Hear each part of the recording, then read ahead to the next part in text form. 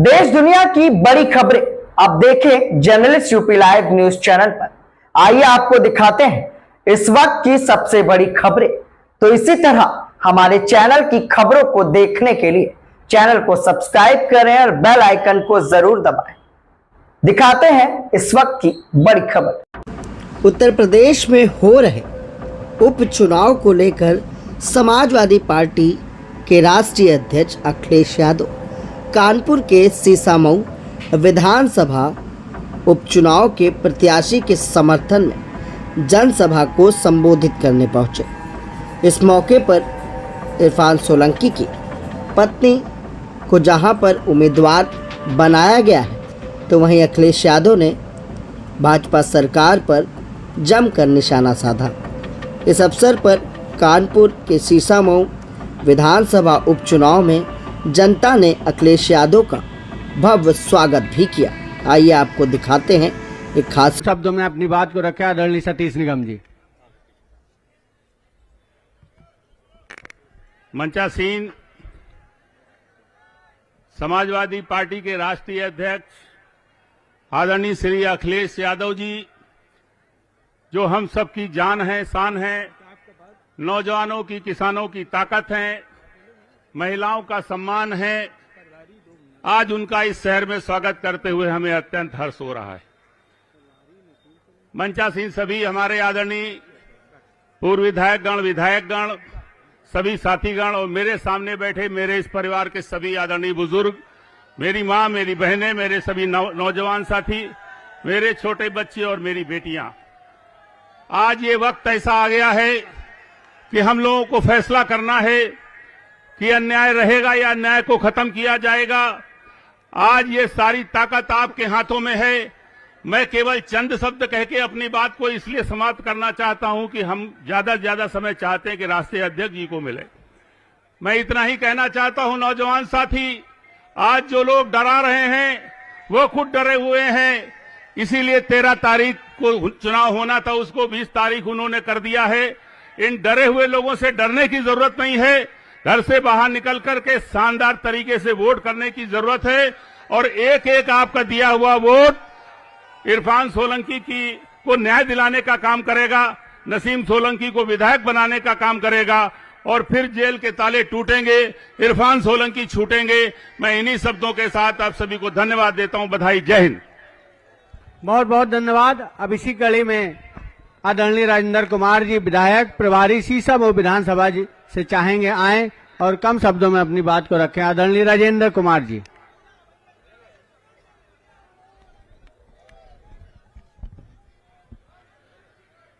आज के इस चुनावी जलसे के मुख्य अतिथि हम गरीबों, मजदूरों, मजलूमों की आवाज, हम लोगों के मसीहा, देश की आवाज, समाजवादी पार्टी के राष्ट्रीय अध्यक्ष पूर्व मुख्यमंत्री माननीय अखिलेश यादव जी का इस जनसैलाब की ओर से, इस मंच की ओर से हार्दिक स्वागत, अभिनंदन करते हैं। आपके सम्मान में 2 लाइन में कहना चाहता हूं कि जुर्म की खेती में बगावत के किसान पैदा होते हैं। जुर्म की खेती में बगावत के किसान पैदा होते हैं। वक्त की मांग पर आप जैसे इंसान पैदा होते हैं। ऐसे माहौल में आपने जो हम नौजवानों को, गरीबों को, मजदूरों को, मजलूमों को, दलितों को, अल्पसंख्यकों को, किसानों को जो ताकत दी है, आज देश का किसान पूरी आशा भरी निगाह से आपको देख रहा है। आज इस देश का जमहूरी निजाम खतरे में है। ये जालिम सरकार इस देश के जमहूरियत को खत्म करना चाहती है।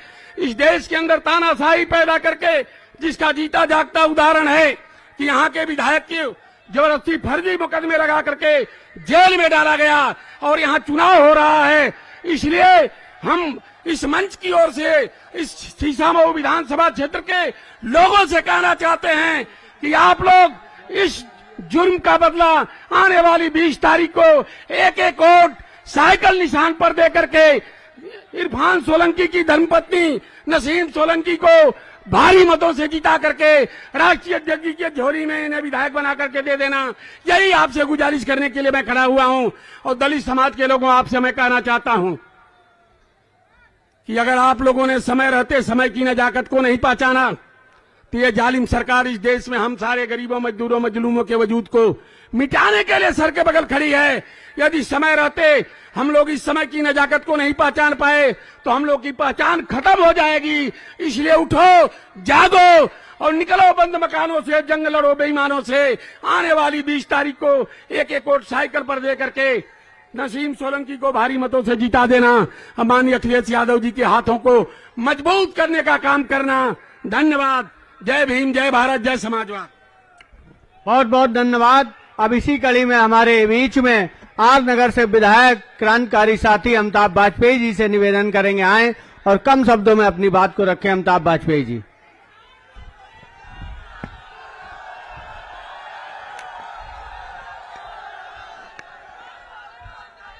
अपनी शीशामऊ विधानसभा और आर नगर विधानसभा के इस मुहाने पर आयोजित इस जनसभा के अवसर पर हम सबके बीच में मौजूद देश के करोड़ों नौजवानों की आस और उम्मीद हमारे महबूब नेता अखिलेश यादव जी का हम लोग स्वागत करते हैं, अभिनंदन करते हैं। एक बार जोरदार ताली बजा के अखिलेश जी का स्वागत कर दीजिए।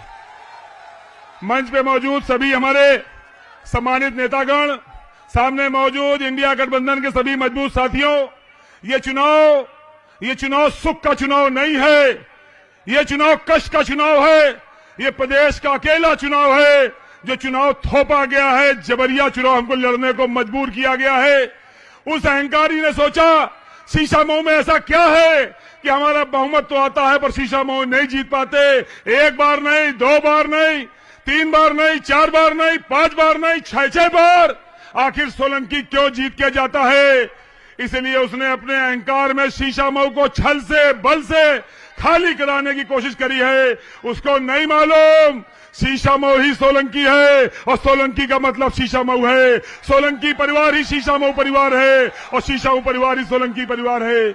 आप सबने, इंडिया गठबंधन के साथियों ने अभी लोकसभा के चुनाव में बताने का काम किया कि शीशामऊ आसान नहीं है। 27,000 से जिता दिया, 27,000 से जिता दिया। उनके पैरों तले जमीन खिसक गई, इसीलिए उन्होंने यहां वो लड़ने के लिए भेजा जो हारने के लिए मशहूर है। पहले शीशामऊ से हारा, फुटबॉल को लात मारी, कहां गिरा, और आर्यानगर से लात मारी तो कहां गिरा। अब की बार फुटबॉल पंचर कर देंगे कि नहीं कर देंगे। उसको तो हारने की आदत है और इरफान सोलंकी को जीतने की आदत है। हारने वाले की हैट्रिक हम लोग करा देंगे कि नहीं करा देंगे। और इरफान सोलंकी तो शेर है, 2 साल से जेल में है, डरा नहीं है, दबा नहीं है। और शेर की पत्नी क्या होती है। तो शेरनी को जिताने का काम करोगे कि नहीं करोगे। कमाल हमारी उस बहन का, थकी नहीं, दौड़ती रही लखनऊ, प्रयागराज, महाराजगंज, दिल्ली, लेकिन न डरी, न थकी, न दबी और चुनाव में भी घर घर जाने का काम कर रही है। इतना पुलिस चुनाव लड़ रही है। ये चुनाव सरकार नहीं लड़ रही, प्रत्याशी नहीं लड़ रहा, ये चुनाव लड़ रहे दरोगा जी। कौन लड़ रहा है चुनाव। और जब दरोगा इसे नहीं बन पा तो केसको के जेई साहब, फिर केडीए के जेई साहब, फिर नगर निगम के जेई साहब और अब तो ड्रग विभाग के भी आ गए इंस्पेक्टर साहब। ये चुनाव लड़ रहे दरोगा जी। पहले कहते थे जाएंगे द्वारे द्वारे, बस्ती बस्ती, अब जा रहे हैं थाने थाने, चौकी चौकी। जनता में वोट नहीं मिल रहा। माननीय अध्यक्ष जी, 3 दिन से भाजपा प्रत्याशी ने सोशल मीडिया में कार्यक्रम डालना बंद कर दिया। उसको मालूम पड़ गया है कि समाजवादी उसके एक एक घर को खींचने का काम कर रहे हैं। आज भाजपा को लोगों ने नकार दिया है। क्या हमको तुमको दरोगा जी दबा पाएंगे क्या। क्या ये बैरियर लगा के रोक पाएंगे क्या। आज भी तो बैरियर लगाए थे, यतीम खाना पे साइकिल मार्केट में बैरियर लगा के रोक रहे थे, रोक तो नहीं पाए ना। तो क्या पोलिंग वाले दिन रोक पाएंगे। इनकी उम्मीद खाली इसी बात पे टिकी है कि हम 20 को वोट नहीं पड़ने देंगे, लेकिन आरोगा दरोगा तो हम ही झेल लेते हैं। अब हमारे नेता राष्ट्रीय अध्यक्ष जी आ गए हैं, जरूरत पड़ेगी तो सरकार की ईट सीट बजाने का काम करेंगे। इस भरोसे और विश्वास के साथ में कि 20 तारीख को कोई बैरियर, कोई बैरियर हमारा रास्ता नहीं रोक सकता। हम एक नहीं 5-5 आईडी लेकर के जाएंगे, हर हाल में वोट करेंगे और अपनी शेरनी नसीम सोलंकी को साइकिल वाले 1 नंबर खाने में बटन दबा करके विधायक बनाने का काम करेंगे और इरफान सोलंकी को जेल से रिहा कराने का काम करेंगे। आप सभी को बहुत बहुत धन्यवाद। जय हिंद, जय समाजवाद, अखिलेश यादव जिंदाबाद, राहुल गांधी जिंदाबाद, समाजवादी पार्टी जिंदाबाद, माननीय नेताजी अमर रहें। एक बात और, माननीय राष्ट्रीय अध्यक्ष जी, बगल में लाल इमली है और जब 1.5 महीने पहले 28 अगस्त को मुख्यमंत्री आए थे तो बड़बोले मुख्यमंत्री कह गए थे कि इसको चालू करा देंगे। हम लोगों ने कहा चालू मत कराओ, खाली वेतन पेंशन दे दो, वो भी नहीं दे पाए। लाल इमली कर्मचारी यूनियन के लोग आपको ज्ञापन देके आपसे अपनी गुहार रखना चाहते हैं, अनुरोध करते हैं इनका ज्ञापन लेके इनकी मदद करने का कष्ट करें। लाल इमली के अध्यक्ष जी आ जाएं। आप सभी को बहुत बहुत धन्यवाद। लाल इमली एसोसिएशन के अध्यक्ष अजय सिंह जी और उनके साथी सुशील सिंह जी से निवेदन है कि ज्ञापन दे दें। माननीय अखिलेश यादव जिंदाबाद, नसीम सोलंकी जिंदाबाद,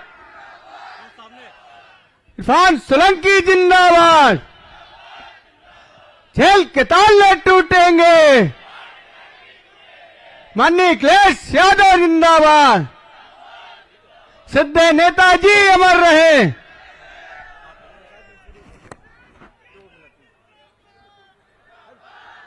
इसी कड़ी में कांग्रेस पार्टी के अध्यक्ष नौशाद मंसूरी जी से निवेदन, 1 मिनट में अपनी बात खत्म करें, इसके बाद प्रत्याशी नसीम सोलंकी जी। समाजवादी पार्टी के राष्ट्रीय अध्यक्ष पूर्व मुख्यमंत्री आदरणीय अखिलेश जी, आपका हम शहर कांग्रेस कमेटी कानपुर की तरफ से बहुत बहुत स्वागत करते हैं, इस्तकबाल करते हैं। अपने राष्ट्रीय सचिव प्रभारी उत्तर प्रदेश आदरणीय नीलांशु चतुर्वेदी जी, समाजवादी पार्टी के अध्यक्ष हाजी फजल महमूद साहब और पूर्व लोकसभा प्रत्याशी आदरणीय आलोक मिश्रा जी, संजीव दरियावादी जी पूर्व विधायक, सोहेल अख्तर अंसारी जी पूर्व विधायक और यहाँ मौजूद जनता, सिर्फ एक बात का फैसला आपको करना है कि उनके जहन में बांटना और तोड़ना लिखा है। वो बांटने और तोड़ने की राजनीति करेंगे तो राहुल गांधी या अखिलेश यादव जोड़ने की राजनीति कर रहे हैं, वो तोड़ेंगे, हम सब मिलकर जोड़ेंगे और जोड़ने वाला कभी हारता नहीं, तोड़ने वाले खुद टूट जाएंगे, इस पर यकीन है।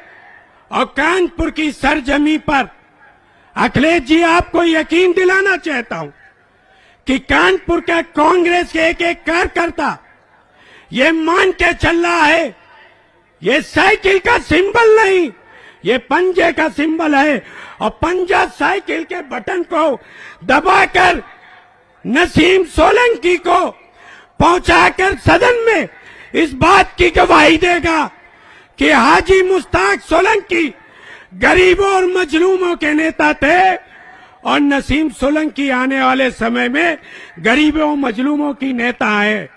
राहुल गांधी की आवाज है, अखिलेश यादव की आवाज है, तो लगाइए एक नारा कि जोड़ो जोड़ो भारत जोड़ो, जोड़ो जोड़ो, तुम भी जोड़ो हम भी जोड़े, सब मिल जोड़े। राहुल गांधी, अखिलेश यादव। ये थे हमारे शहर कांग्रेस कमेटी के अध्यक्ष भाई नौशाद मंसूरी साहब। अब मैं गुजारिश करूंगा आपके अपने हर दिल अजीज, आपके अपने प्यारे दुलारे विधायक भाई इरफान सोलंकी साहब, जिनको कुछ सालों से 2 सालों से जेल में हैं और जबरदस्ती उपचुनाव कराया गया। पूरे उत्तर प्रदेश में 9 सीटों पर चुनाव हो रहा, जहां विधायक सांसद बनकर चुनाव हो रहा, यहां हमारा विधायक था उसके बाद भी विधायक को चुनाव हो रहा। मैं उनकी पत्नी जो हम सबकी लोकप्रिय उम्मीदवार हैं श्रीमती नसीम सोलंकी जी, मैं उनसे चाहूंगा कि वो आए और अपने विचार रखना। आप लोग जोरदार ताली बजाकर स्वागत करें। सबके नहीं, सिर्फ अखिलेश जी का नाम लिए बस। गला भी बैठा हुआ घबरा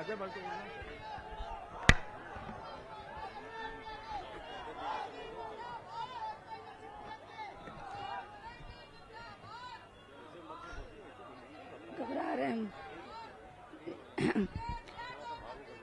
राष्ट्रीय अध्यक्ष जी का बहुत शुक्रिया अदा करेंगे, धन्यवाद।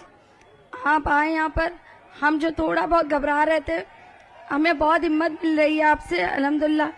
और मंच पे जितने मौजूद मेरे बड़े बुजुर्ग और इंडिया गठबंधन के जो लोग हैं, मेरे परिवार है, और आप लोग भी, और खास तौर पे मेरे सीसामऊ की जनता और मेरा परिवार, मैं आप लोगों का बहुत शुक्रिया अदा करती हूँ। और इसी तरह से मेरे साथ दीजिए। और राष्ट्रीय अध्यक्ष जी, आपका बहुत बहुत शुक्रिया, मेरे परिवार पे इतना बड़ा भरोसा फिर से दिखाया। और बस आप, जो मेरे कुछ लोग डरे हुए हैं और घबरा रहे हैं, बस उनका हौसला अफजाई कर दीजिए ताकि खुल के आ जाए सब सामने। बहुत शुक्रिया। हम मंच पर सभी बैठे हुए नेताओं का स्वागत, अभिनंदन करते हैं, क्योंकि धूप भी तेज है। अब मैं चाहूंगा हम सबके नेता, पीडीए के महानायक, समाजवादी पार्टी के राष्ट्रीय अध्यक्ष, ऑल इंडिया सदर मोहतरम जनाब इज्जत माफ अखिलेश यादव जी से चाहूंगा कि आए और इस सब जलसे को, इस सभा को संबोधित करें। जोरदार नारे लगाइएगा। अखिलेश यादव जिंदाबाद, अखिलेश यादव जिंदाबाद, जिंदाबाद।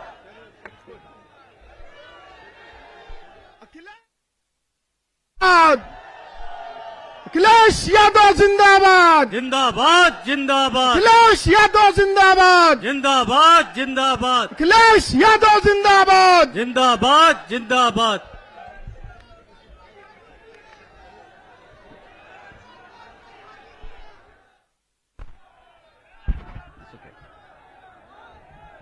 मंच पर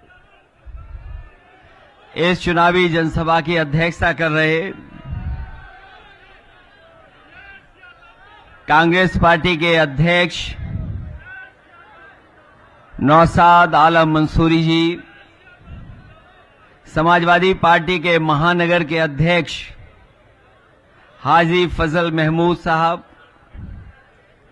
मंच पर उपस्थित पूर्व विधायक, पूर्व मंत्री शिव कुमार बेरिया जी, सुरेंद्र मोहन अग्रवाल जी, कांग्रेस पार्टी के प्रभारी नीलांशु चतुर्वेदी जी, यहां से चुनाव लड़ चुके इंडिया गठबंधन समाजवादी पार्टी कांग्रेस के प्रत्याशी रहे आलोक मिश्रा जी, हमारी पार्टी के और इंडिया गठबंधन के बगल की लोकसभा से चुनाव लड़े थे जो पूर्व सांसद राजाराम पाल जी, मंच पर उपस्थित पार्टी के विधायक अमिताभ वाजपेयी जी, मोहम्मद हसन रूमी जी, संजीव दरियावादी जी, और बहुत सारे हमारे नेता, प्रभारी राजेंद्र कुमार विधायक जी, सुनील कुमार साजन जी,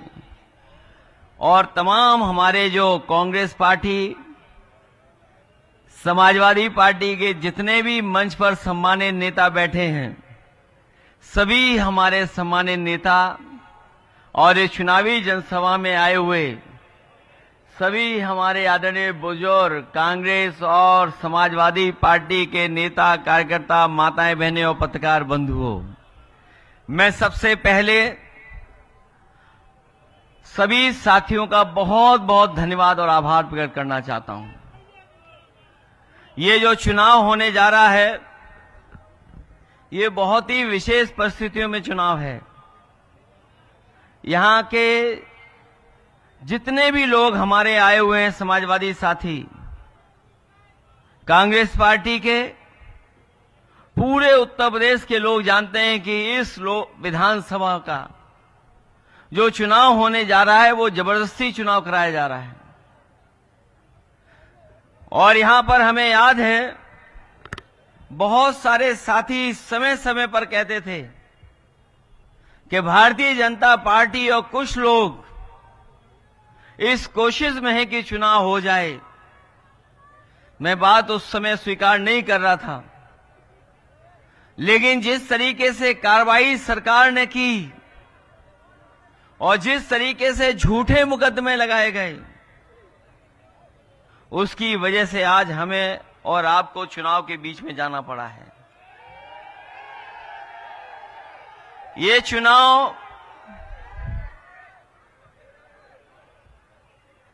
चुनाव केवल कानपुर का चुनाव होने नहीं जा रहा है।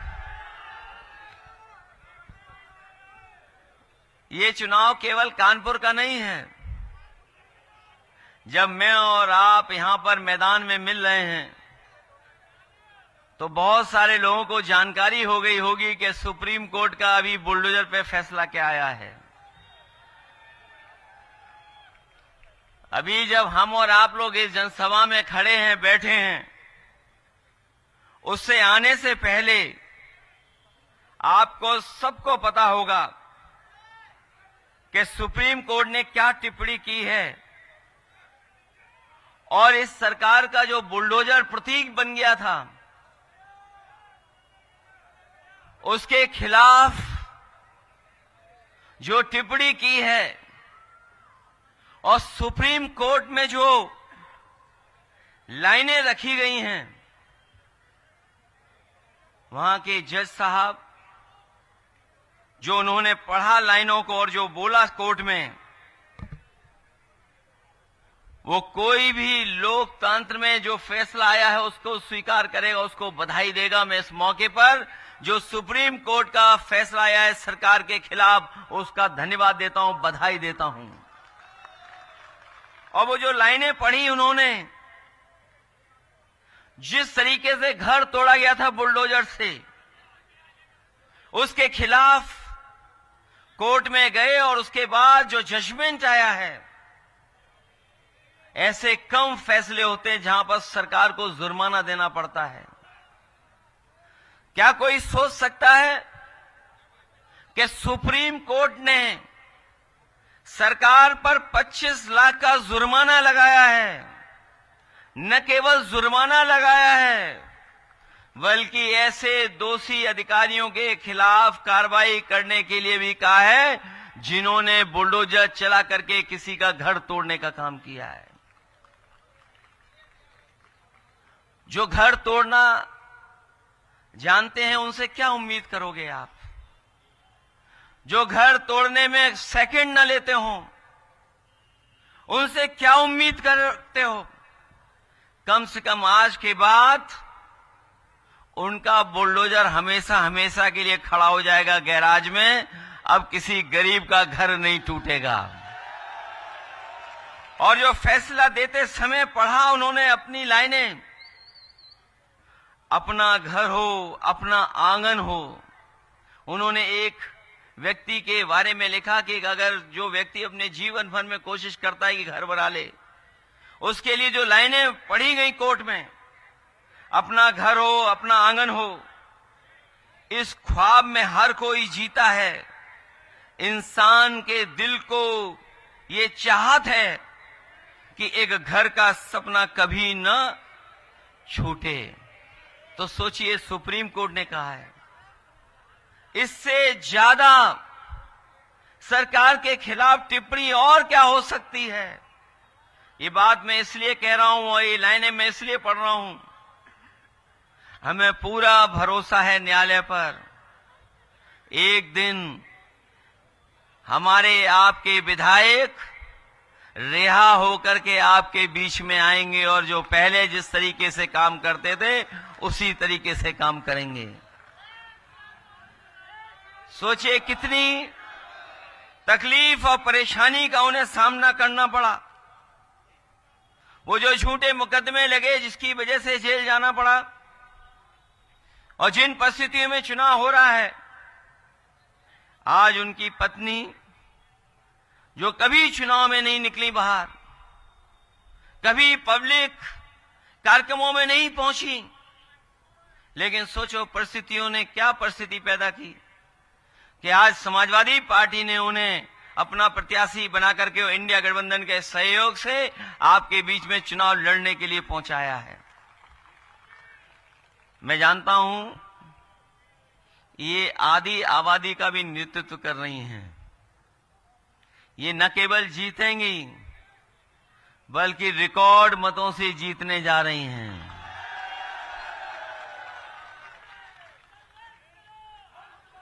इसीलिए आपने देखा होगा लोग जो बीजेपी वाले हैं वो घबराए और डरे हुए तो है ही हैं, लेकिन जब से उपचुनाव की तारीखें आ गई हैं वो कुछ हिले हुए दिखाई दे रहे हैं। और याद रखना, जो टालेंगे वो चुनाव हारेंगे। और अगर मैं सच्चाई कहूं और प्रतिशत के हिसाब से कहूं तो इस बार भारतीय जनता पार्टी 100% चुनाव हारने जा रही है। और सीटों की गिनती से बोलूंगा तो मैं इस बार 9 की 9 सीटें हारने जा रहे हैं। न केवल हारने जा रहे हैं बल्कि लोग जो हिले डुले और डरे दिखाई दे रहे हैं, जिस तरीके से फैसले आ रहे हैं, जिस तरीके से महाराष्ट्र से आवाज आ रही है, चुनाव वहां हारेंगे और देखना उत्तर प्रदेश की कुर्सी अपने आप चली जाएगी। कोई कुर्सी को नहीं रोक सकता। इसीलिए चुनाव टाले गए। बताओ, चुनाव टाले गए घबरा करके कि नहीं टाले गए? पहले तो चुनाव उन्होंने अयोध्या वाला टाल दिया। वो नहीं चाहते थे कि दोबारा जनता वहां हरा दे उन्हें, क्योंकि मुख्यमंत्री जी खुद गए वहां पर, और एक बार नहीं गए, 3 बार गए वहां पर। 3 बार गए, अधिकारियों को लगा दिया, तमाम योजनाएं उन्होंने शुरू करा दी जो बंद पड़ी थी। लेकिन जब उनका इंटरनल सर्वे आया कि आप तब भी हार रहे हो, तो उन्होंने चुनाव अयोध्या का भी टाल दिया। ये चुनाव बताओ कब होना था आपके बीच में? आज कौन सी तारीख है? इसी दिन इन्हें चुनाव हारना था, लेकिन चुनाव टाल दिया इन्होंने। और कभी सोचा कि उन्होंने चुनाव क्यों टाला? चुनाव इसलिए टाला इन्होंने कि जब इन्हें मालूम पड़ गया कि त्योहारों के समय पर लोग आए हैं, छुट्टी लेकर के आए हैं, घर पर पहुंच गए हैं, त्योहारों के साथ साथ उन्होंने मन बना लिया था कि इस बार भारतीय जनता पार्टी को सबक सिखा करके जाएंगे। जब उनको इस बात की भनक पड़ गई तो उन्होंने 13 तारीख से चुनाव टाल करके 20 तारीख कर दिया। अगर 20 तारीख कर दिया तो कानपुर वाले लोग इतना हैं कि 13 का हिसाब पूरा का पूरा 20 तारीख को करेंगे। यहां कोई चुनाव नहीं बचा। और हमारे जो मुख्यमंत्री जी हैं वो पीडीए के बारे में जानते नहीं हैं। वो कह रहे हैं कि पता नहीं क्या पीडीए है, उनका फुल फॉर्म जो पीडीए का बताया। तो मैं बहुत सोचता रहा, ये बताओ एच कहां से आ गया इसमें?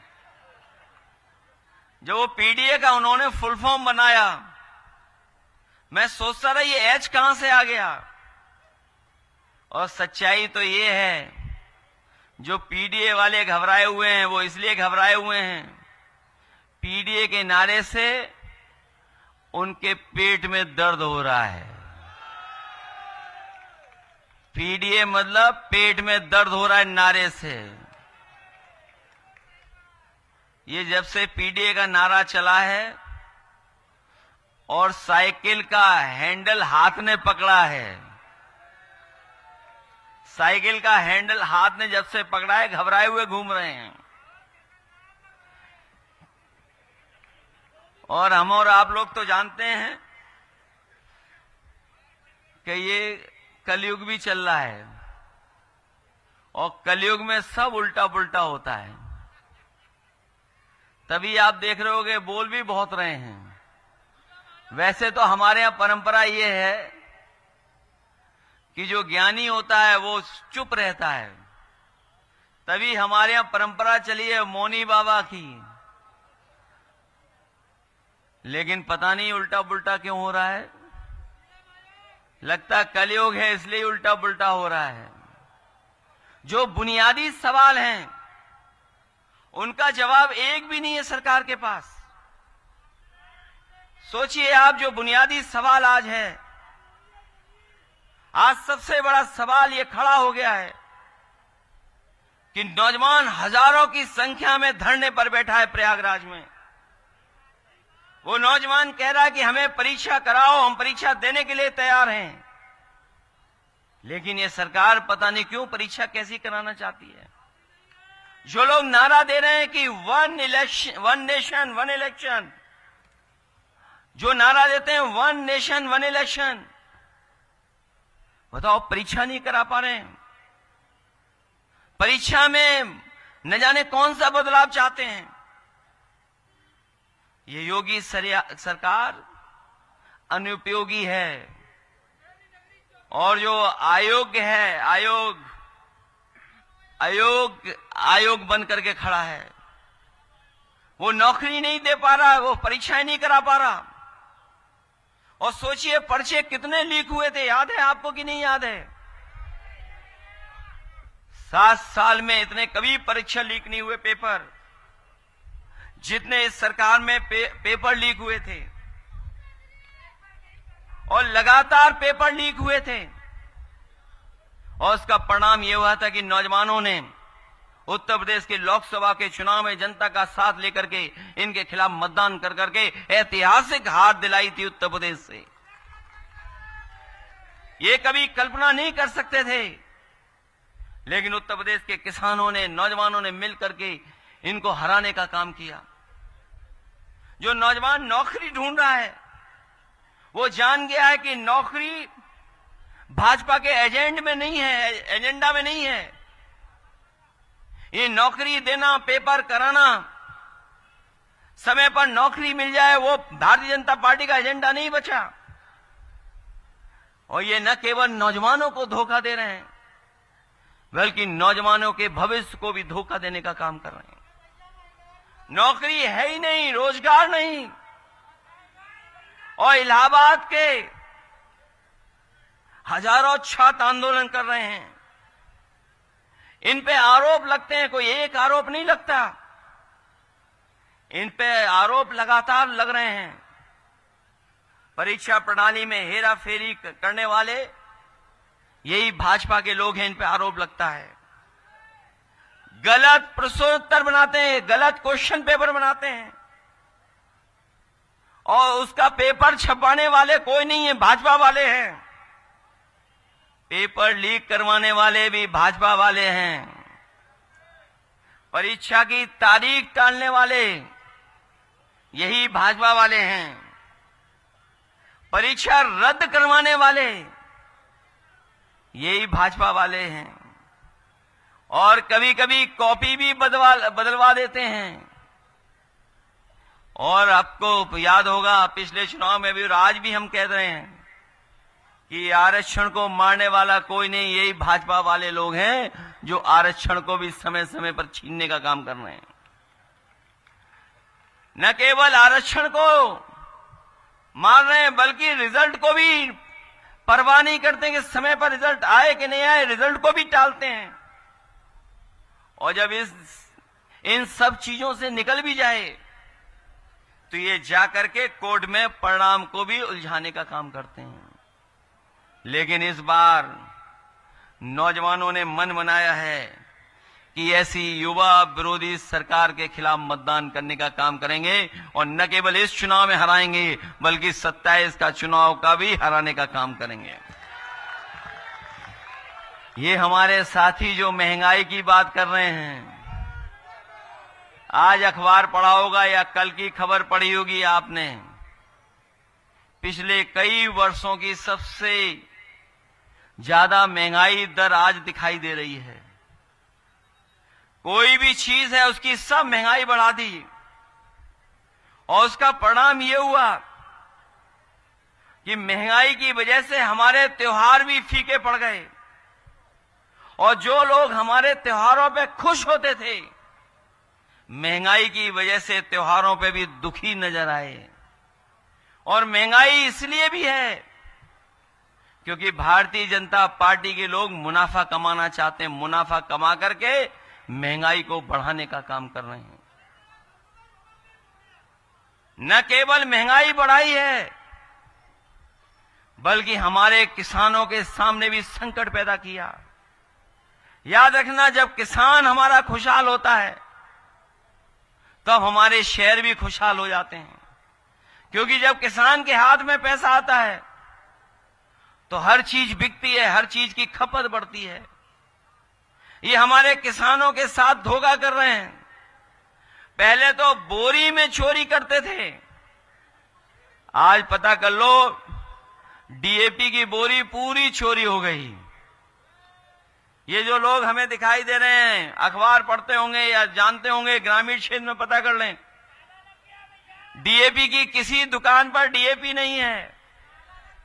और बीजेपी वालों को कौन समझाए, ये डीएपी को भी वो पीडीए समझ रहे हैं। उन्हें समझ में आ रहा है कि ये डीएपी पीडीए है, क्योंकि डीएपी में डीएपी और पीएडी में पीएडी दोनों अक्षर एक से दिखाई देते हैं। तो जहां पीडीएस की वजह से उन्हें पेट दर्द है, इसीलिए दुकानों से किसानों की डीएपी भी गायब कर दी उन्होंने। कहीं डीएपी नहीं है। और ये जो कुछ चल रहा है, सब कुछ जो दंगे कराए जा रहे हैं, इसके दोषी कोई है तो भाजपा ही है। ये दंगा हुआ नहीं, भाजपाइयों ने कराया और भाजपा के लोगों ने भाजपा पे ही केस लिखवाया। और ये इसलिए घटना करते हैं जिससे कि हमारे जो बुनियादी सवाल हैं वो छिप जाएं, बुनियादी सवालों पे चर्चा नहीं हो। इसीलिए जानबूझ करके ये समय समय पर नए नए नारे लेकर के आते हैं। ये जो नकारात्मक नारे हैं कभी जनता स्वीकार नहीं कर सकती है। ये जो नेगेटिव सोच के लोग हैं वो कभी भी जनता के बीच में कामयाब नहीं हो सकते हैं। हालांकि हमारे समाजवादी साथियों ने, कुछों ने तो अखबार पढ़ा होगा, लेकिन अंग्रेजी का अखबार बहुत से लोग नहीं पढ़ते हैं। लेकिन आज सुबह सुबह जब मैं अखबार पढ़ रहा था, हमारे पत्रकार साथी, देश का बहुत प्रतिष्ठित अखबार, बहुत खबरें थी उसके अंदर, लेकिन उन्हीं खबरों के अंदर एक छोटी खबर भी थी। वो मैं आपके माध्यम से उन तमाम नकारात्मक लोगों को बताना चाहता हूं कि नकारात्मक होने से क्या नुकसान होता है। जो नेगेटिविटी होती है, जो डर खुद होता है, उसका असर क्या दिखाई देता है। जो अखबार मैंने पढ़ा और जो खबर उसमें पढ़ी, एक बहुत ही प्रतिष्ठित यूनिवर्सिटी है, पेंसिल्वेनिया स्टेट यूनिवर्सिटी, वहां की रिसर्च ये कहती है कि जो लोग नकारात्मक हैं, जो लोग नेगेटिव हैं, जो लोग डर की बात करते हैं, उनकी उम्र कम होती है। ये सुझाव दे रहा हूं मैं उन लोगों को जिनका भाव चेहरे से नकारात्मक दिखाई देता है, जिनके हाथ में विकास की रेखा नहीं है, उनके हाथ में विनाशकारी रेखा है। और ये स्टडी कहती है कि अगर आप खुश रहते हो, आप पॉजिटिव बात करते हो, तो आपकी उम्र भी बढ़ती है और आप जवान भी दिखाई देते हो। ये सुझाव है भारतीय जनता पार्टी के जो नकारात्मक सोच वाले हैं, जो दूसरों को अपराधी बोलते हैं, गुंडा बोलते हैं, बदमाश बोलते हैं। आपने सुना होगा हम लोगों को और आप लोगों को क्या क्या कहते हैं ये लोग। कभी अपराधी कहते हैं, कभी माफिया कहते हैं, कभी गुंडा कहते हैं। मुझे तो लगता है कि जब वो घर से निकलते हैं तो आईना नहीं देख करके निकलते हैं। इसलिए नेगेटिव पॉलिटिक्स को इस बार कोई हराने जा रहा है तो आपकी ये पीडीए की आवाज इनको हराने जा रही है। यही पीडीए प्रोग्रेसिव पॉलिटिक्स का एक हिस्सा है। ये न केवल प्रोग्रेसिव पॉलिटिक्स पीडीए है, बल्कि हमारी आपकी पॉजिटिव पॉलिटिक्स है। हम लोग नेगेटिव पॉलिटिक्स नहीं करते, हम लोग पॉजिटिव पॉलिटिक्स करते हैं। और ये भाजपाई भी जानते हैं कि भाजपा बचाने वाली पार्टी नहीं है, फंसाने वाली पार्टी है। ये लोगों को बचाते नहीं है, लोगों को फंसाने वाले लोग हैं। इसलिए मैं आपसे इस चुनाव में आप सब लोगों से अपील करने आया हूं, मदद मांगने आया हूं कि जहां किसान का सवाल है, नौजवान का सवाल है, महंगाई का सवाल है, नौकरी बेरोजगारी का सवाल है, भारतीय जनता पार्टी के पास कोई जवाब नहीं है। और अब तो इनका बुलडोजर सुप्रीम कोर्ट रोक रहा है। जो लोग इनकाउंटर करके राजनीति कर रहे थे, आपने वो भी पढ़ा होगा और सुना भी होगा कि इन्हीं के सरकार के रहे पहले डीजीपी ये पुलिस को कह रहे हैं कि आज जो आप इनकाउंटर कर रहे हो, कल जब जांच होगी आपकी और जब दोषी पाए जाओगे, पकड़े जाओगे, जेल चले जाओगे, तो आपकी मदद करने कोई नहीं आएगा, सरकार वाले भी मदद करने नहीं आएंगे। इन्हीं के डीजीपी कह रहे हैं जो पहले बने थे। और सोचिए सरकार की सोच कैसी है कि अगर एक इनकाउंटर हो गया, उस पे उंगली उठ गई, तो सरकार कहती है कि अगर ये इनकाउंटर हुआ है, अगर गलत हुआ है, तो इसको बैलेंस करने के लिए एक और इनकाउंटर कर दो। बताओ, सोचो, आप कभी सोचिए जाकर के कि एक इनकाउंटर को बैलेंस करने के लिए दूसरा इनकाउंटर कैसे हो सकता है। ये नकारात्मक लोगों की सरकार है। इनके चेहरे से नकारात्मक भाव दिखाई देता है। इसलिए इस चुनाव में हम आपसे मदद मांगने आए हैं। ये चुनाव कोई सामान्य चुनाव नहीं है, ये चुनाव आपका है, आपका। ये सरकार के लोग चाहते हैं कि समाजवादी लोग हार जाए, लेकिन मैं ये जानता हूं ये सरकार कितनी भी ताकत लगा दे, लेकिन जनता इस बार इनको हरा करके भेजेगी। ये जनता का चुनाव है, ये जनता जिताएगी। और सोचिए कितना अन्याय हुआ है, जेल भेजने से लेकर के दूसरी जेल भेज देने का। और मैं आपसे कहना चाहता हूं, वो तो कानपुर में ही रखते विधायक जी को, लेकिन क्योंकि मैं मिलने आ गया था विधायक जी से, इसलिए उन्होंने यहां से महाराजगंज भेज दिया। मैं आप सबको कह के जा रहा हूं, उन अधिकारियों को भी कहता हूं कि जिन्होंने ये फैसला लिया है, जब सरकार बदलेगी तो फैसले वैसे ही लिए जाएंगे। जैसा व्यवहार आपका है वैसा ही व्यवहार हमारा होगा।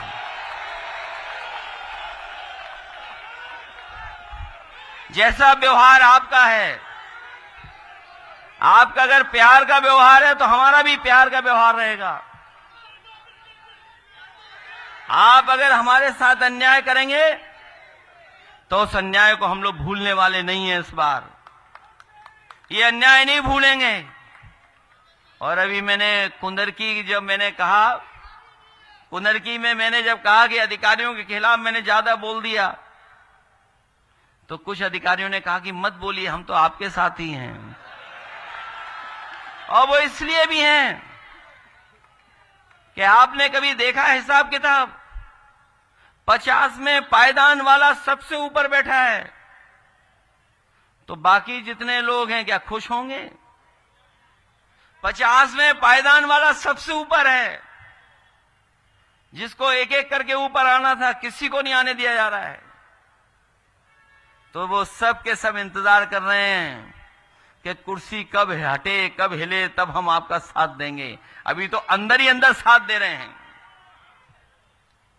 बाद में आपके खुल करके साथ देने जा रहे हैं। ये जो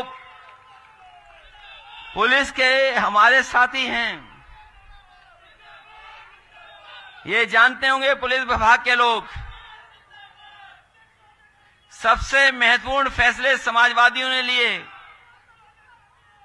जब प्रमोशन की बात आई तो बहुत सारे लोग कह रहे थे कि प्रमोशन करिए लेकिन परीक्षा लिखवाइए, प्रमोशन के लिए परीक्षा लिखवाइए। लेकिन परीक्षा हमारे जवान कैसे दे पाते हैं जिन्होंने नौकरी 10 साल, 15 साल, 20 साल कर ली थी। मैंने कहा कोई परीक्षा नहीं होगी, सीधा का सीधा प्रमोशन होगा। और उसका परिणाम हुआ कि इतने प्रमोशन कभी नहीं हुए जितने समाजवादी सरकार में हुए।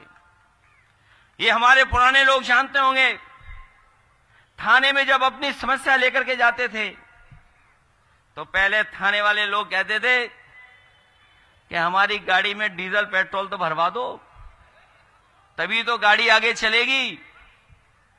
ये समस्या थी, डीजल पेट्रोल के लिए बजट नहीं होता था। अगर बजट के साथ साथ 100 नंबर की गाड़ी अगर किसी ने दी तो समाजवादियों ने दी थी। ये कानपुर वाले जानते होंगे, सबसे पहले यहीं शुरू हुई थी गाड़ियां। और हम लोगों ने इसलिए व्यवस्था बनाई थी कि फोन करो और पुलिस आपकी मदद करने आ जाए, सेवा करे आपकी। लेकिन पता नहीं उल्टा पुल्टा क्या हो गया है। जब से 100 से 112 हो गई, न केवल इन्होंने अपना हिसाब किताब बदल दिया, रेट बढ़ा लिया है, बल्कि जो थाने में बैठे लोग हैं उन्होंने कहा कि अब जिम्मेदारी तुम्हारी नहीं है, अब तुम्हें समस्या का समाधान नहीं करना है, उन्हें पकड़ करके हमारे पास ले आओ। तो सोच ले थाने में क्या हो रहा है। उत्तर प्रदेश में देखने को मिल रहा है कि पुलिस को पकड़ रही है, पुलिस बेईमानी कर रही, पुलिस को पकड़ रही। यहां तो बहुत पहले चुनाव में भी हमने कई बार कहा पुलिस को पकड़ रही। बताओ, आज तक तो पुलिस चोर को पकड़ती थी, लेकिन इनकी सरकार में बताओ पुलिस को पकड़ रही। अभी जो प्रधान सांसद जी का क्षेत्र वाराणसी, वहां पे मैंने खबर पढ़ी कि एक जुआ चल रहा था कहीं दिवाली के शुभ अवसर पर। पुलिस के लोग गए और पूरा पैसा लेकर के चले आए। जब मैंने उसको अपने सोशल मीडिया पे लिख दिया तो पुलिस ने कहा कि ऐसा कुछ हुआ नहीं, घटना नहीं हुई। लेकिन मैं अपने पत्रकार साथियों को धन्यवाद दूंगा, ये लोग भी बहुत खोजी लोग हैं। ये लोग भी ढूंढ के ले आए सीसीटीवी और वीडियो चला दिया कि हमारे पुलिस के अधिकारी एक बड़ा बैग लेकर के जा रहे थे, सस्पेंड हो गए। एक थाना है गाजीपुर बलिया में, हमारे जाने के बाद किसी भी पुलिस कर्मचारी पूछ लेना वो थाना कौन सा है जिसमें सबसे ज्यादा कमाई होती है। सोचिए, थाने की पुलिस को पकड़ने के लिए एडीजी को जाना पड़ा, एडीजी को। और जब एडीजी गए तो रंगे हाथ पकड़े गए, वहां पे रंगे हाथ पुलिस पकड़ी गई और पैसा भी मिला उन पे। बताओ, पुलिस को पकड़ रही है, उन्हें पता ही नहीं भ्रष्टाचार हो रहा है कि नहीं हो रहा है। मैं आपसे कहना चाहता हूं, इतनी लूट और इतनी भ्रष्टाचार कभी नहीं हुआ होगा जितना यहां पर हुआ है उत्तर प्रदेश में इस बार। और ये कानपुर के लोग, कुछ लोग जानते होंगे, जिस समय राष्ट्रपति थे, देश की सुरक्षा सब कुछ कानपुर में थी, उस समय दंगा हो गया और एक तरफा परेशान किया। न जाने कितनों से पैसा वसूल लिया पुलिस ने, न जाने कितनों के खिलाफ कार्रवाई की, पैसा वसूला है, लूट की पुलिस ने। ये जो घटनाएं हम समाजवादी लोग इस बार भूलने वाले नहीं हैं।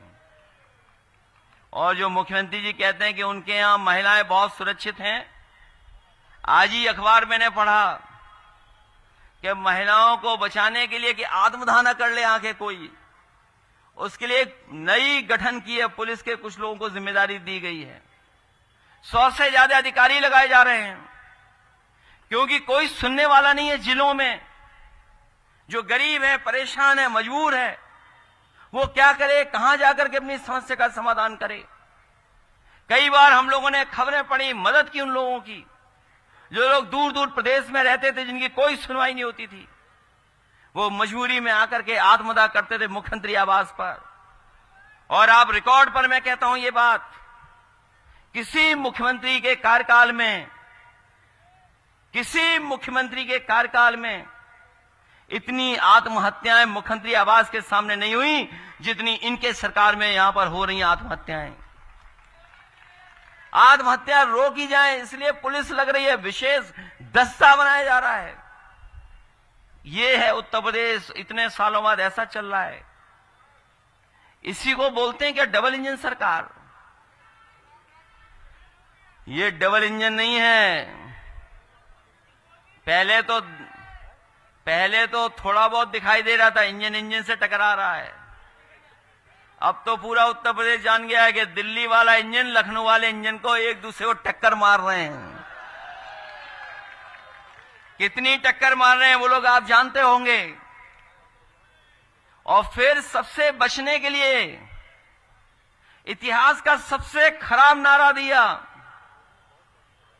इतिहास का और लोकतांत्रिक नारा नहीं हो सकता, ये अनकॉन्स्टिट्यूशनल नारा है, अनडेमोक्रेटिक नारा है। बटोगे और कटोगे ये नारा अनकॉन्स्टिट्यूशनल है, अनडेमोक्रेटिक है। नकारात्मक लोग ही ऐसा नारा दे सकते हैं।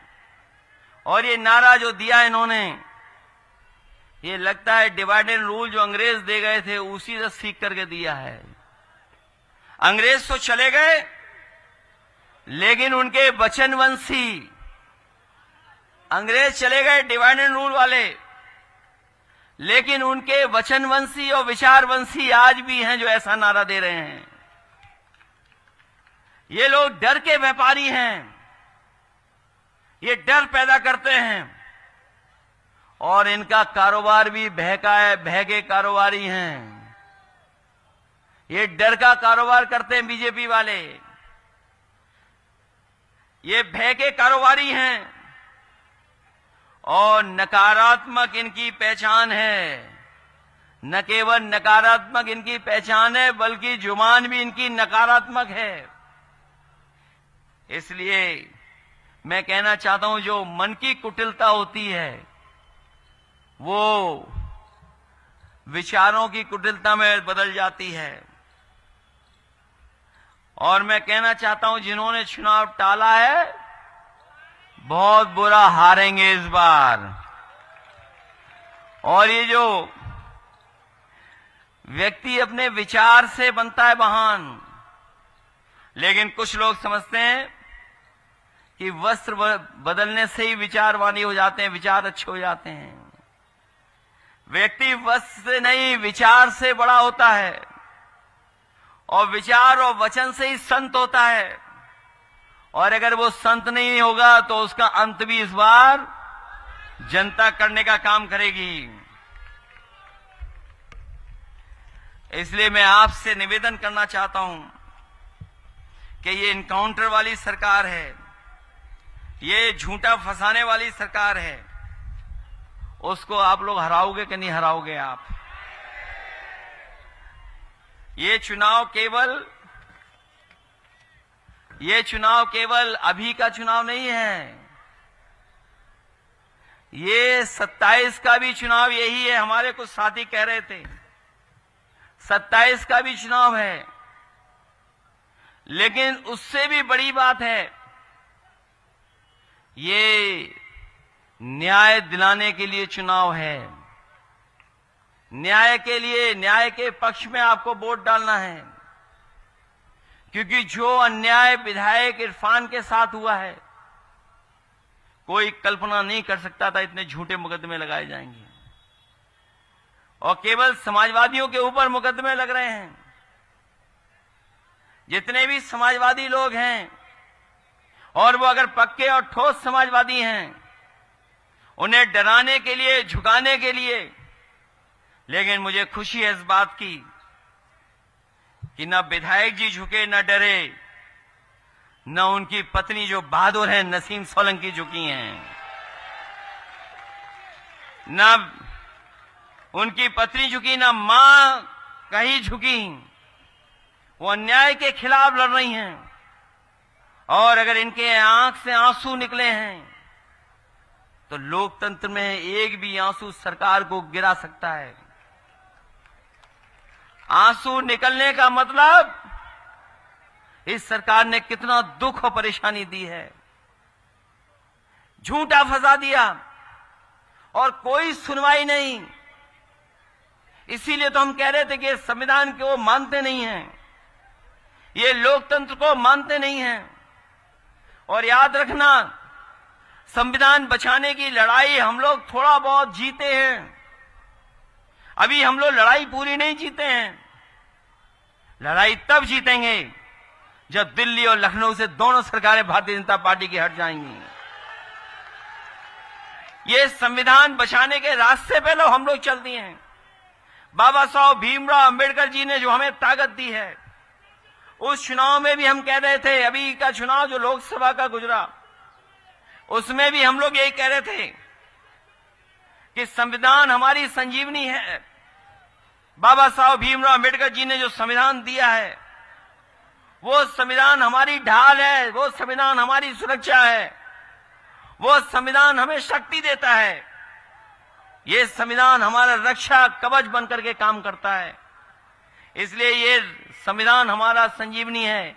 ये न केवल आप इस परिवार को न्याय दिलाने के लिए वोट डालने जा रहे हैं, बल्कि संविधान बचाने के लिए भी आप लोग वोट डालने जा रहे हो। ये सरकार अभी सुधरी नहीं है। जो पढ़ाई में, जो नौकरी में आरक्षण मिला था, जो नौकरी और पढ़ाई में आरक्षण मिला था, उससे भी खिलवाड़ कर रहे हैं ये लोग। हालांकि हाई कोर्ट, सुप्रीम कोर्ट मदद कर रहा है, लेकिन उसके बावजूद भी संस्थाओं में इन्होंने लोगों को बैठा दिया है। जो संस्थाएं बैठी हैं, अभी उन संस्थाओं से हमें न्याय दिलाना है आपको। इसलिए बाबा साहब भीमराव अंबेडकर जी के रास्ते पे चलने वाले लोग और तमाम उनको मानने वाले लोगों से मैं अपील करना चाहता हूं कि हम समाजवादी लोग लोहिया के विचार और बाबा साहब भीमराव अम्बेडकर जी के विचारों को लेकर के आगे बढ़ेंगे। कोई भी जोखिम उठाना पड़ेगा, लेकिन हम लोग संविधान को खतरे में नहीं आने देंगे। संविधान को बचाने के लिए कुछ भी करेंगे। इसलिए मदद करिए आप लोग। और ये पुराना परिवार समाजवादी है। मुझे याद है कि नेताजी मुख्यमंत्री थे, हाजी मुश्ताक सोलंकी साहब इनके पिताजी विधायक थे, और उस समय कानपुर के विकास के लिए बहुत चिंता करते थे। एक बार आए, बोले कि हमें ये बड़ा बाजार बनवाना है। हमने कहा ये तो कानून बना ही नहीं है, ऐसा कानून बन ही नहीं सकता जो आप प्रस्ताव लेकर के आए हो। हम लोग नेताजी के पास गए मिलने, और नेताजी से जब कहा जाकर के ये ऐसा प्रस्ताव है, सब अधिकारी मना कर रहे हैं। नेताजी ने कहा मैं मुख्यमंत्री हूं, जो भी प्रस्ताव ये लेकर के आए उसके लिए कानून बनाओ और पास कर दो। शायद वो कानपुर के लिए, और उस समय हाजी मुश्ताक सोलंकी साहब थे, उनकी वजह से वो कानून बदल करके नेताजी ने उस समय बनाने का काम किया। उसकी वजह से न जाने कितनों को लाभ पहुंचा। विकास हो चाहे, और हमारे मुख्यमंत्री जी कह रहे थे कि कानपुर में मेट्रो चल रही है। बताओ कोई उन्होंने चलाई मेट्रो? अगर मेट्रो किसी ने दी है तो आपको याद होगा, आपके विधायक जी भी मंच पे खड़े थे जब हम लोगों ने उसका शिलान्यास करने का काम किया था। याद है कि नहीं याद है? हालांकि विधायक जी का क्षेत्र में तो काम कर ही रहे थे। उन्होंने कहा कि ये हमारा बहुत महत्वपूर्ण बाजार है, नवीन मार्केट, इसको भी अच्छा कर दो। हम लोगों ने काम शुरू कर दिया था, अच्छा करना बनाना शुरू कर दिया था। जितना बनाया समाजवादियों ने, उसके आगे पार्किंग भी ये सरकार नहीं बना पाई। बताओ कहीं पार्किंग बना पाई? और जो टेंडरी के कारोबार से जुड़े लोग होंगे, समय समय पर उन्हें अपनी टेंडरी बंद करनी पड़ती थी। छोटी बड़ी टेंडरियों के ऊपर संकट लाते हैं। हम अपने सभी कारोबारी, छोटे बड़े कारोबारियों को कह के जा रहे हैं, चाहे हमें 1000 करोड़, 2000, 3000, 5000 करोड़ खर्च करना पड़े, लेकिन कानपुर का जो सबसे पुराना काम है, टेंडरी के काम को हम रुकने नहीं देंगे पर्यावरण की वजह से। और जो लोग उस समय की जानकारी रखते होंगे, वो जानते होंगे कि टेंडरी एसोसिएशन के अध्यक्ष और कुछ महत्वपूर्ण एक्सपोर्टरों को मैंने इटली भेजा था। इटली में किस तरीके से टेंडरी चल रही हैं, किस तरीके से कैसे पॉल्यूशन न हो पाए, उसकी वजह से हमारा कारोबार रुके नहीं।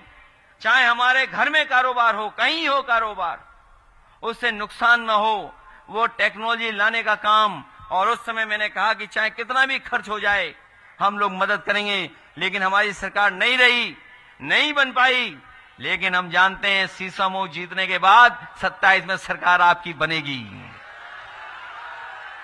चाहे हमें हजारों करोड़ रुपए टेंडरी के पानी को और टेंडरी के कारोबार को चलाने के लिए करना पड़े, हम लोग हजारों करोड़ रुपए खर्च करने का काम करके कम से कम कानपुर का जो पुराना काम है, उस काम को बंद नहीं होने देंगे।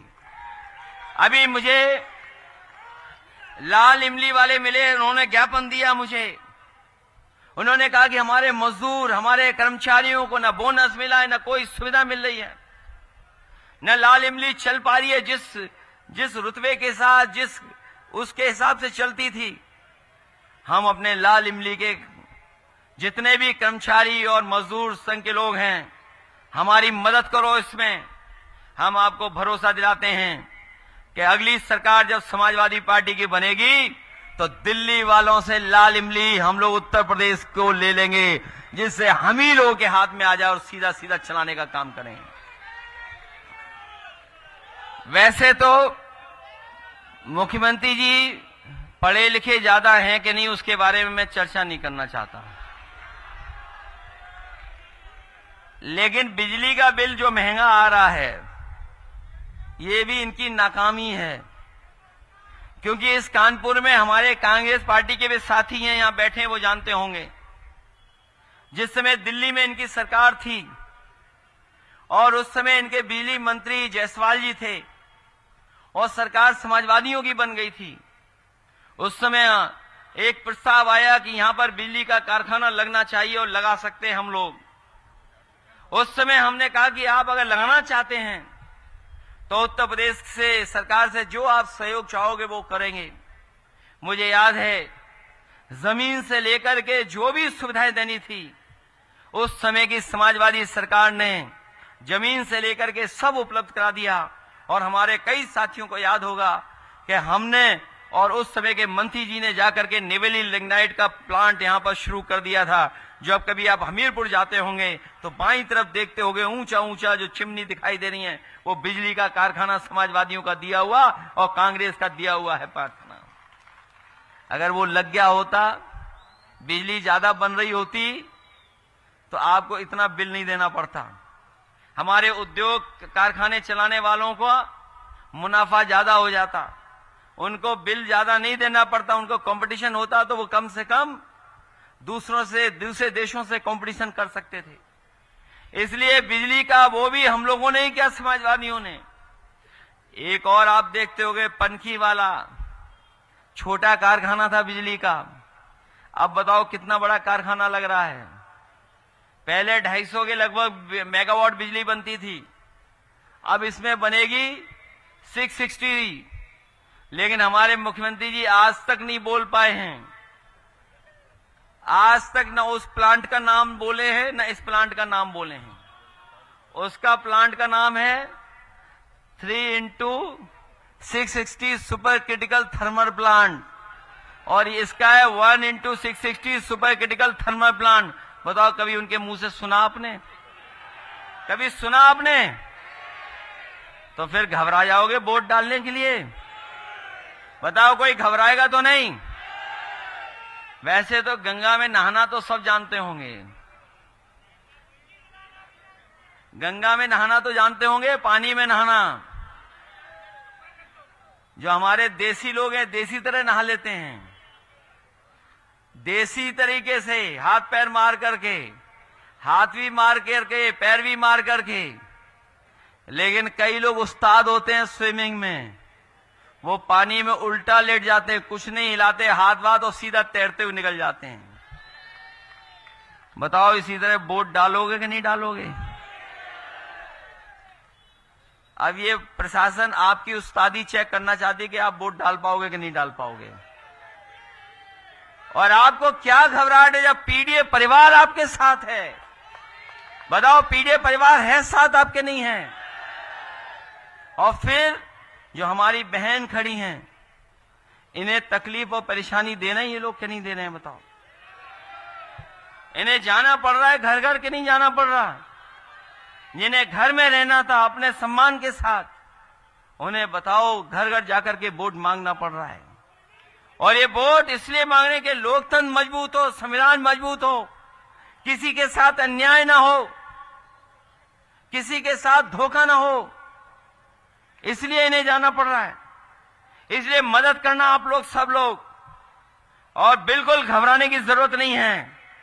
क्यों, समाजवादी लोग घबराने वाले तो नहीं हैं। आपने वो तस्वीर तो देखी होगी, एक बार जेपी-नाइसी में मैं जा रहा था जयप्रकाश जी की प्रतिमा पे अनावरण करने, और जब अनावरण के लिए रोका कि आप प्रतिमा पर अनावरण नहीं कर सकते, माला नहीं डाल सकते हैं, तो मैं जाकर के देखा कि गेट है लेकिन गेट बहुत ऊंचा नहीं है। मुझे थोड़ी जगह दिखाई दे रही थी केवल पैर रखने की, तो सोचो हम लोगों ने पैर रख करके बताओ कूद करके चले गए कि नहीं चले गए। इस बार रोकने के लिए उन्होंने टीन लगा दी, बड़ी बड़ी टीन लगा दी, बड़ी बड़ी। हमने कहा अगर टीन लगा दी तो हम भी जयप्रकाश जी की प्रतिमा लाएंगे और अपने घर के पास ही अनावरण डाल देंगे, अनावरण करने। नहीं रोक पाए हम लोगों को, लेकिन अधिकारियों से हमने कहा कि जिस दिन टीन हटाओगे उसी दिन हम डालाएंगे माला। पता लगा अभी भी टीन लगाए हुए हैं वो लोग। हम लोग कानपुर में खड़े, टीन वहां लगी हुई है लखनऊ में, सोचो। इसलिए मदद करिए आप लोग, घबराना नहीं। अगर एक बार रोकें तो दोबारा जाना, और दोबारा रोकें तो तिबारा जाना, और 3 बार भी रोकें तो रात तक इंतजार मत करना, जाते रहना। जाओगे कि नहीं जाओगे वोट डालने? और जब तक चुनाव है तब तक ये डराते रहेंगे, चुनाव दिन ये भी आपका सहयोग करेंगे जो वो लोग हैं। क्योंकि आज जब सुप्रीम कोर्ट का जजमेंट पढ़ लेंगे ये लोग ध्यान से, तो ये भी बदल जाएंगे, कहेंगे कि हम क्यों अपनी नौकरी फंसाएं। और फिर मोबाइल तो सबके पास है ही, फोटो लेना वीडियो बना लेना बाद में काम आएगा। इसलिए मदद करिए, और बहुत मदद करना सब लोग वोट डालने की। इसलिए ये मान लें कि अब ये जीत के जाएंगी सबसे अच्छे वोटों से। अजय इरफान को खुशी कब होगी और पार्टी को खुशी कब होगी? जब इरफान से ज्यादा वोटों से आप जिता करके भेजोगे। अभी लोकसभा जीते हम लोग, आलोक मिश्रा जी कितने वोटों से जीते थे यहां? वैसे अगर चाहो तो उससे ज्यादा वोटों से जिता सकते हो आप इनको। और ये हमारे नेता लोग हैं, हमारा सबसे निवेदन है उस मंच वालों से भी, इनके सबके घर कानपुर में हैं। कोई कहीं का नेता हो लेकिन सबके घर कानपुर में हैं, चाहे उधर देख लो चाहे इधर देख लो। हालांकि हम लोग चूक गए दोनों सीटें, हमारे राजा रामपाल भी जीत गए होते, पता नहीं कहां रह गए पीछे। लेकिन ये दोनों सीटें हमारी जीतने वाली थी। लोकसभा में हम लोग किन्हीं परिस्थितियों पे नहीं जीत पाए। लेकिन इस विधानसभा के चुनाव में कोई गलती मत करना आप लोग, कोई गलती मत करना आप लोग। और हम आपको भरोसा दिलाते हैं, आपकी विधानसभा के लोगों को और पूरे कानपुर को भरोसा दिलाते हैं कि जो विकास अभी कभी नहीं हुआ कानपुर में, आप समाजवादियों को जिताओ, कानपुर का विकास हम लोग कर करके कानपुर को भी एक बड़ा शहर बनाने का काम करेंगे। चाहे हमें आपके गंगा एक्सप्रेसवे जोड़ना पड़े जोड़ेंगे, और ट्रांस गंगा सिटी को भी अगर बनाना पड़ा तो बनाएंगे, और मेट्रो अगर उन्नाव तक ले जाना पड़ा तो मेट्रो को उन्नाव तक ले जाने का काम करेंगे। इसलिए मदद करिए सब लोग, मदद करोगे सब लोग। वैसे तो अधिकारी बहुत डरे हुए हैं, इतना डरे हुए आप सोच नहीं सकते, और इसलिए डरे हुए हैं, आपको ज्यादा पता होगा। बताओ जिला अधिकारी के बंगले में क्या मिला खुदा होकर के? बताओ डीएम साहब को पता ही नहीं लगा कि वहां 8 फीट गहरा गड्ढा खुद गया। बताओ डीएम साहब को पता ही नहीं लगा। और ये स्टेडियम से लेकर के सब किसने शुरू किए थे बताओ आप लोग? मैच करा दिए थे, इसलिए मैच भी होंगे और कानपुर को भी वर्ल्ड क्लास सिटी बनाने का काम करेंगे, जिससे हमारे लोगों को सुविधा मिले और यहाँ का जो पुराना कारोबार है उसको और बढ़ा करके यहाँ के उद्योग और कारखाने को मदद करके कानपुर को और खुशहाल बनाने का काम करेंगे। मुझे पूरा भरोसा है कि जब वोट पड़ेंगे तो यहाँ से समाजवादी पार्टी और इंडिया गठबंधन की प्रत्याशी नसीम सोलंकी जी सबसे ज्यादा वोटों से जीत करके जाएंगी। इसलिए जिताना आप लोग, मदद करोगे सब लोग। ये जो हम लोगों ने बनाया है वहां जो खड़े लोग समझ में नहीं आ रहा, मोबाइल देख रहे हैं लगता है। ये देखो पेड़ के पास जो काली शर्ट और नीला कुर्ता पहने, ये तो कह रहे हैं जिता रहे हैं अच्छे वोटों से। अरे आप ही को पीछे मत देखो, नीला कुर्ता तुम्हारा ही दिखाई दे रहा है यहां तक। मदद करिए सब लोग अच्छे वोट डालवाना। और ये पंडाल फाड़ करके आ गए हैं, छोटा पड़ गया पंडाल हमारा। सब लोग मदद करना। जितनी रैली यहां चल रही है, मैं यहां रैली देख रहा हूं फोटो खिंचवाने वालों की, दाएं हाथ में भी बड़ी रैली है। इसलिए सब लोग मदद करो आप लोग मिलकर के, और इतने वोट देना कि आपकी प्रत्याशी का मनोबल बढ़ जाए और खुश होकर यहां से जाएं। लगे कि और इरफान सोलंकी को भी लगे कि हाँ यहां की जनता वोट देकर के उसका सम्मान और न्याय दिलाने का काम करेगी। ये गाड़ी में रख देना है।